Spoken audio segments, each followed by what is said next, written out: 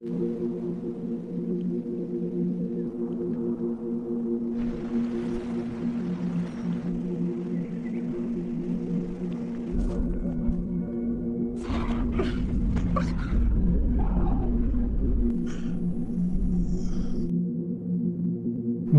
belakang di atas pegunungan tinggi yang dingin, terlihat seorang ayah dan kedua anaknya sedang berada di sekitar peternakan kecil dekat rumahnya. Namun gak lama kemudian, sang ayah melihat istrinya yang sedang berbicara dengan seorang pria dari kejauhan.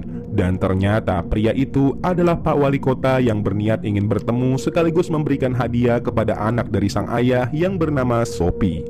Tapi di situ nampak sang ibu malah tak mengizinkannya hingga terjadilah sedikit adu cekcok. Sontak aja sang ayah yang merasa kesal langsung bergegas mengambil senapan miliknya lalu menghampiri Pak Wali Kota. Walaupun Pak Wali Kota terlihat sudah pergi, sang ayah pun terus mengejarnya karena ingin memberinya pelajaran. Namun sayang saat mencoba mengejarnya, dia lebih dulu tertembak oleh Pak Wali Kota. Hingga akhirnya sang ayah pun meninggal dunia sambil disaksikan oleh istri dan kedua anaknya, yang juga melihat sebuah kado pemberian dari Pak Wali Kota yang tergeletak.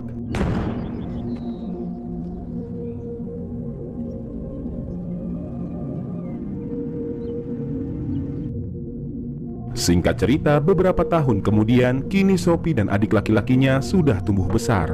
Dan semenjak kejadian itu, mereka harus mandiri dan bekerja keras mengurus peternakan kecil mereka.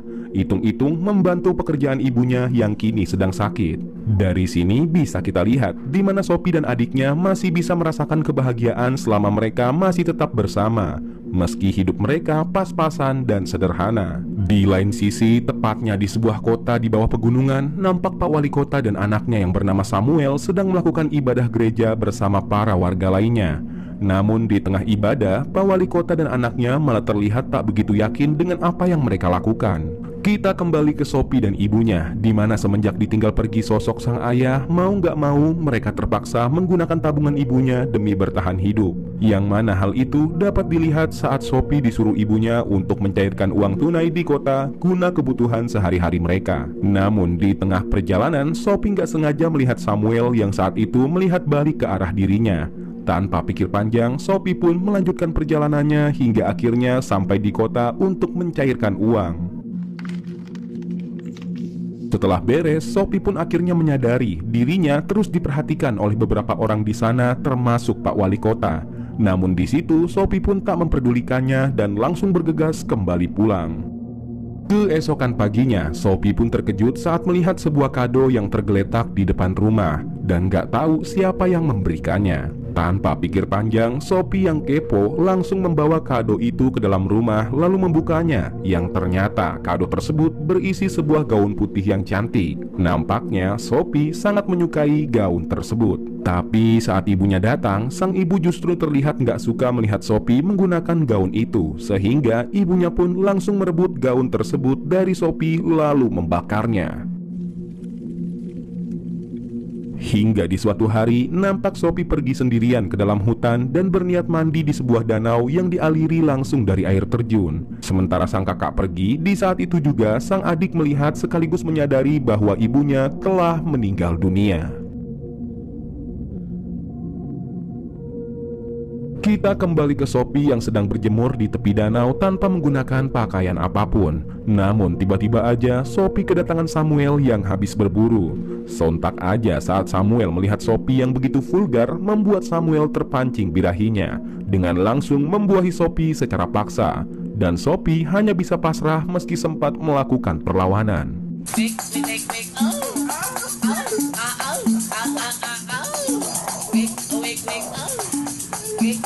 Setelah beres dibuahi, Sophie pun diancam oleh Samuel, yang mana jika Sophie mengadukan hal ini, maka Samuel nggak akan segan-segan menembaknya.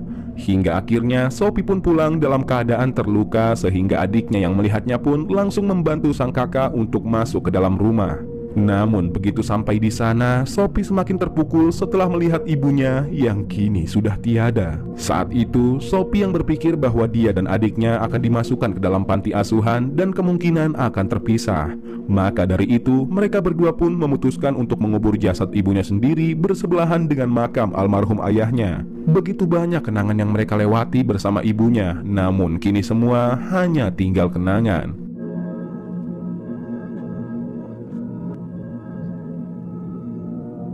Semenjak kepergian sang ibu dan ayah, kini Sophie harus ekstra kerja keras karena telah menjadi tulang punggung bagi adik lelakinya dan juga dirinya. Hari demi hari pun berlalu, Sophie yang nampak sangat membutuhkan uang demi kebutuhan sehari-hari mereka, ia pun kembali menggunakan tabungan ibunya lagi lalu menukarkannya dengan seorang petugas keuangan di kota. Namun di situ si bapak terlihat heran saat melihat wajah Sophie yang begitu pucat dan memiliki bekas luka. Sehingga si bapak merasa ada hal yang janggal terhadap Sophie yang malah diam aja dan tak ingin ada satupun orang yang mengetahuinya.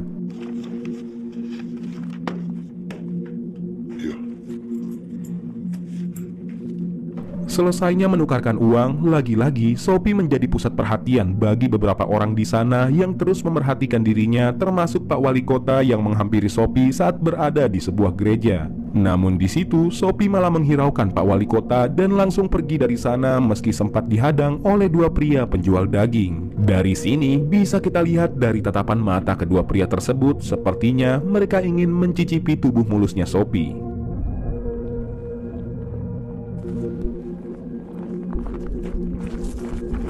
Sesampainya di rumah, Sophie yang terlihat panik langsung mengambil senapan sepeninggalan ayahnya lalu mengisinya dengan beberapa peluru sambil dilihat oleh adiknya yang masih polos.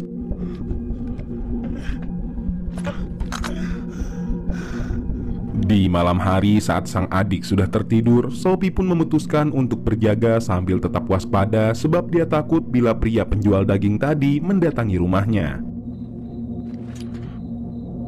Dan benar aja, mendadak Sophie mendengar seperti ada suara orang yang hendak ingin masuk ke rumahnya. Sehingga dengan hati-hati dia pun langsung memeriksanya dan tak menemukan siapapun. Hingga tak lama kemudian, Sophie yang melihat ada seorang pria dari balik jendela langsung auto menembaknya meski tembakannya masih meleset dan tak mengenai orang itu. Namun tiba-tiba aja, iya, dari arah belakang ternyata adiknya sudah lebih dulu disekap oleh penjual daging yang diketahui bernama Gustav.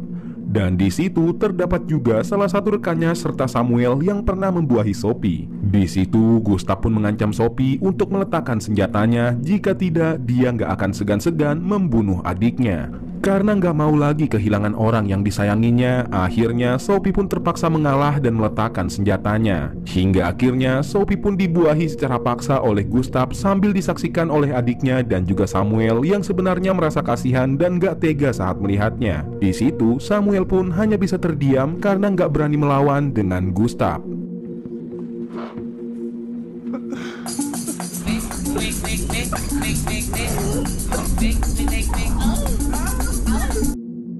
Pada suatu hari, seorang dinas sosial bernama Anika datang ke kota tersebut lalu mendatangi sebuah bank di sana dan menemui petugas bank tersebut. Di mana tujuan kedatangan Anika hanya ingin mendata untuk keperluan sosial terutama terhadap Sophie semenjak ditinggal sang ayah. Di situ si petugas bank tersebut mengatakan bahwa beberapa hari yang lalu dia melihat Sophie datang ke sini untuk mencairkan uang. Namun saat itu dia melihat keadaan Sophie yang nampak kacau, sehingga dia pun yakin kalau ada sesuatu yang terjadi kepadanya. Namun seketika aja si petugas bank pun terdiam saat melihat Pak Wali Kota baru aja datang ke bank dan nampak seolah-olah ingin mengancamnya. Sementara itu, semenjak kejadian semalam, Sophie hanya bisa berbaring lemas di kasur sambil dirawat oleh sang adik.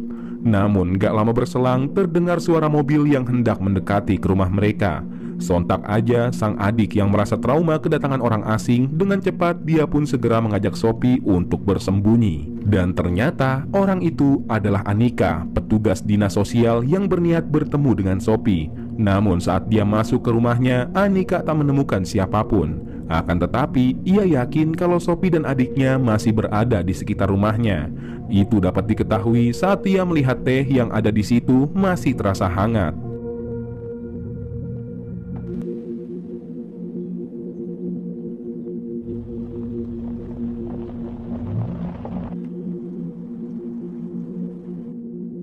Keesokan harinya, Samuel pun dihampiri oleh ayahnya yang memberitahukan bahwa ada seorang petugas dari dinas sosial alias penegak hukum yang mengetahui keberadaan Sophie. Sepertinya petugas tersebut menyadari bahwa telah terjadi sesuatu terhadapnya.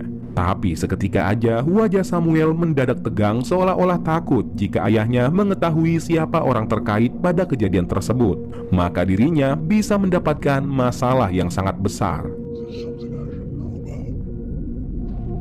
Oleh sebab itu, karena nggak pengen ayahnya sampai tahu tentang kejadian itu, akhirnya Samuel pun mengajak teman-temannya untuk membunuh Sophie agar tidak ada saksi mata yang bisa membuat mereka bisa masuk penjara. Namun beruntungnya, kedatangan mereka diketahui oleh adiknya Sophie sehingga dia pun langsung memberitahukan kepada sang kakak untuk segera kabur ke dalam hutan.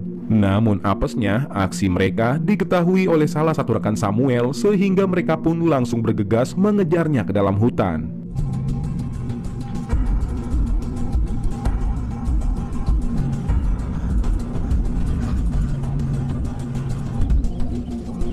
Sementara itu, ketika Sophie dan adiknya telah sampai di tepi sungai, di situ Sophie pun meminta adiknya untuk segera bersembunyi dan berpencar karena seenggaknya dapat menyulitkan pencarian mereka. Tapi sayangnya, cara itu percuma aja, di mana mereka akhirnya menemukan jejak kaki Sophie sehingga mereka juga memutuskan untuk berpencar. Hingga akhirnya keberadaan Sophie pun diketahui oleh mereka yang langsung menembakinya berkali-kali.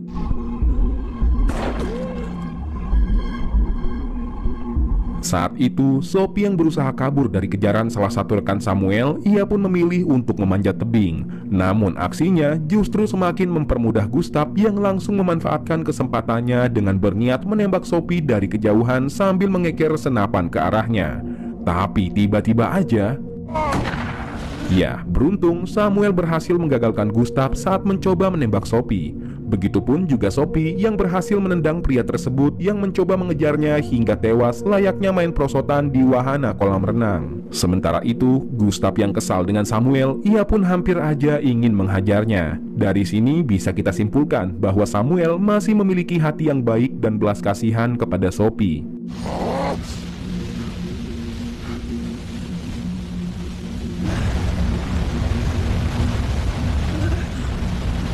Ketika Gustav lagi ngisep udut Marlboro, nampak dari arah belakang Samuel berniat ingin membunuhnya dengan diam-diam menembaknya dari arah belakang. Namun sayang, hal tersebut disadari oleh Gustav sehingga Samuel pun tak jadi menembaknya dan berpura-pura mencari keberadaan Sophie.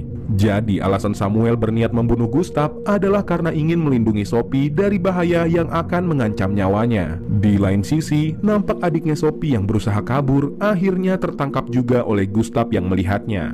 Sontak aja, Gustav pun langsung membawa adiknya Sophie sekaligus memanfaatkannya sebagai umpan untuk memancing Sophie agar mau keluar dan menyerahkan diri. Namun saat Samuel dan Gustav sedang duduk santuy sambil menunggu kedatangan Sophie, nampak Sophie terkejut saat melihat bahwa adiknya telah lebih dulu tertangkap oleh Gustav dan Samuel. Oleh sebab itu, Sophie pun berusaha memberikan kode kepada adiknya dengan bersiul seperti yang mereka lakukan sebelumnya. Dan pastinya sang adik pasti akan paham bahwa suara tersebut berasal dari kakaknya. Sontak aja setelah mendengar suara siulan dari kakaknya, tiba-tiba sang adik Sophie berniat untuk kabur yang malah langsung dicegah oleh Gustav, yang saat itu juga menyuruh Samuel untuk mengejar Sophie. Sementara itu, Gustav memutuskan untuk berpindah tempat dengan langsung berjalan sambil mengawasi adiknya Sophie dari belakang.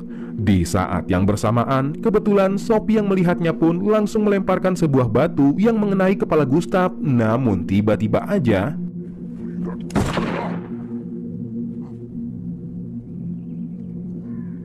iya, akhirnya Gustav pun meninggal juga setelah ditembak oleh Samuel dari kejauhan secara tiba-tiba. Sontak aja Sophie pun langsung menyuruh adiknya untuk segera lari. Kemudian Samuel pun malah mengejar Sophie sambil menembakinya berkali-kali hingga akhirnya Sophie pun terkena tembakan tepat di kaki sebelah kanan. Sehingga Sophie pun terpaksa bersembunyi sekaligus bermalam di sebuah gua yang dia temukan untuk menghindari dinginnya angin malam. Begitupun juga Samuel yang bermalam sambil menunggu Sophie di salah satu gua di dekatnya. Sementara itu, adiknya Sophie berhasil kembali ke rumah dan secara tiba-tiba dia pun pingsan.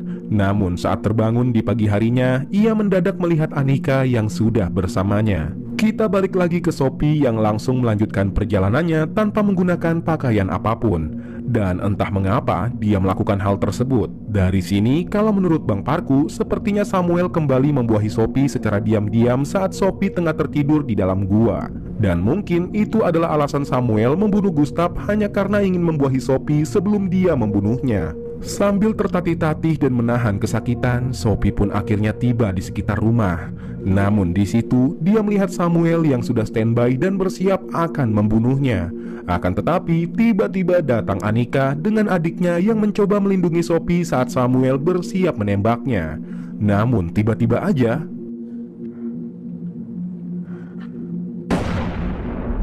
ya, ternyata Samuel tertembak lebih dulu oleh Pak Wali Kota yang sengaja menembak ke anaknya sendiri, sehingga Samuel pun mokat di tempat. Kemudian Pak Wali Kota pun mendekati Sophie sekaligus memberikan senjata itu kepadanya dan meminta Sophie untuk membunuhnya. Namun di situ Sophie yang gak tegaan langsung mengurungkan niatnya untuk membunuh Pak Wali Kota meskipun dia tahu jika beliau adalah orang yang membunuh sang ayah. Bahkan saat Sophie meninggalkan Pak Wali Kota sendirian, dia pun melihat sebuah kado di dalam mobilnya Pak Wali Kota yang sangat mirip dengan kado yang pernah dia temukan sebelumnya.